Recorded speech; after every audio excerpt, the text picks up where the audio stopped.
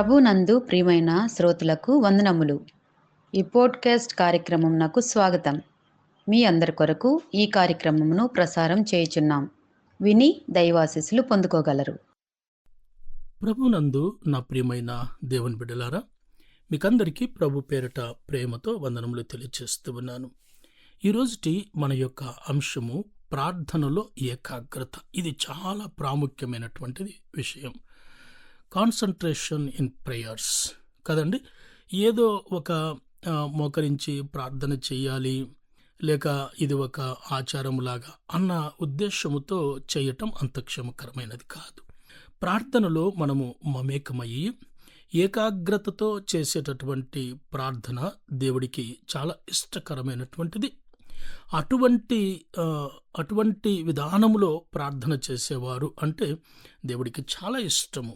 మనము కొన్ని భాగాలను మనం ఆలోచించుకుంటూ వస్తే, మొట్టమొదట ఆదికాండం 21:33లో మన పితరుడైనటువంటి అబ్రహాము యెహోవా పేరట ప్రార్థన చేశాడు. పరిశుద్ధాత్మదేవుని సహాయముతో కుమారుడైనటువంటి క్రీస్తు ద్వారా తండ్రి అయినటువంటి దేవునికి చేసేటటువంటిదే ప్రార్థన. మరలా చెప్తూ ఉన్నాను, పరిశుద్ధాత్మ యొక్క సహాయముతో కుమారుడైన క్రీస్తు ద్వారా తండ్రి అయినటువంటి దేవునికి ఏకాగ్రతతో చేసేటటువంటి ప్రార్థనయే ఉండాలి.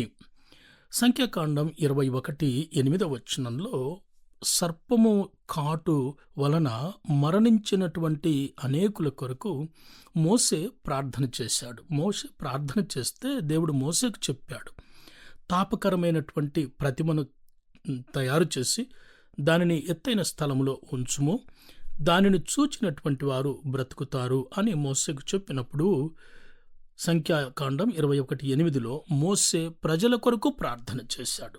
ప్రజల కొరకు ప్రార్థన చేశాను అనుభవం ఇక్కడ మనకు కనిపిస్తూ ఉంది.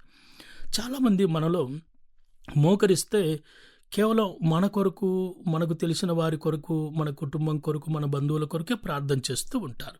అలా కాకుండా మన చుట్టుప్రక్కల చాలా విషయాలు జరుగుతూ ఉన్నాయి. ఎన్నో విషయాలు మనము ఊహించినటువంటి సంఘటనలు జరుగుతూ ఉంటాయి. వాటన్నిటి కొరకు కూడాను విశ్వాసి ప్రార్థన చేసేటటువంటి వాడై ఉండాలి. మోసే ప్రజల కొరకు ప్రార్థన చేయగా సర్పం యొక్క కాటు ద్వారా మరణించిన అనేకులు బ్రతికిన అనుభవాన్ని మనము ఈ సంఖ్యాకాండంలో మనము చూస్తాం.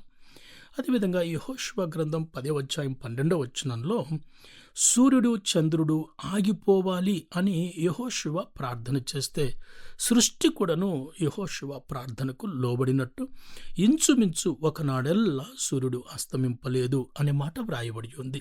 చూసారా, విశ్వాసి యొక్క ఏకాగ్రతతో చేసేటటువంటి ప్రార్థనలో ఎంత బలము కనిపిస్తూ ఉందో నేను నేర్చుకోవాలి.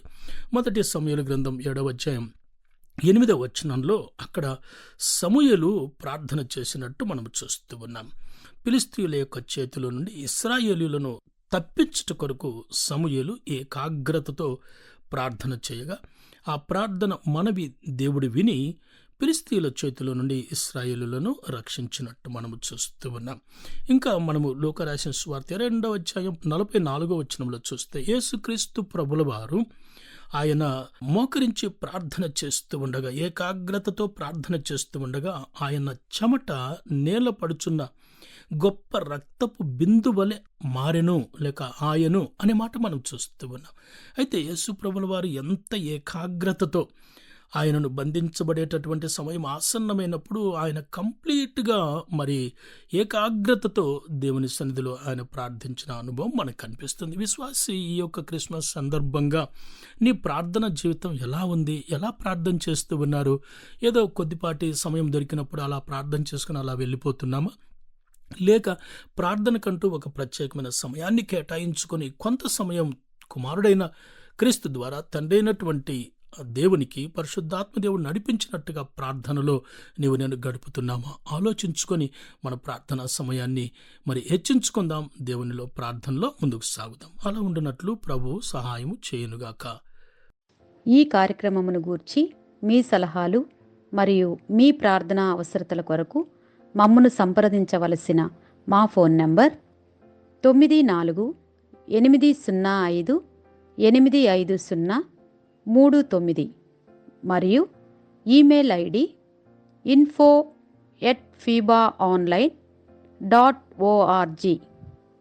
మా ఫోన్ నంబర్ మరి ఒకసారి 9480585039. Email ID info@fibaonline.org.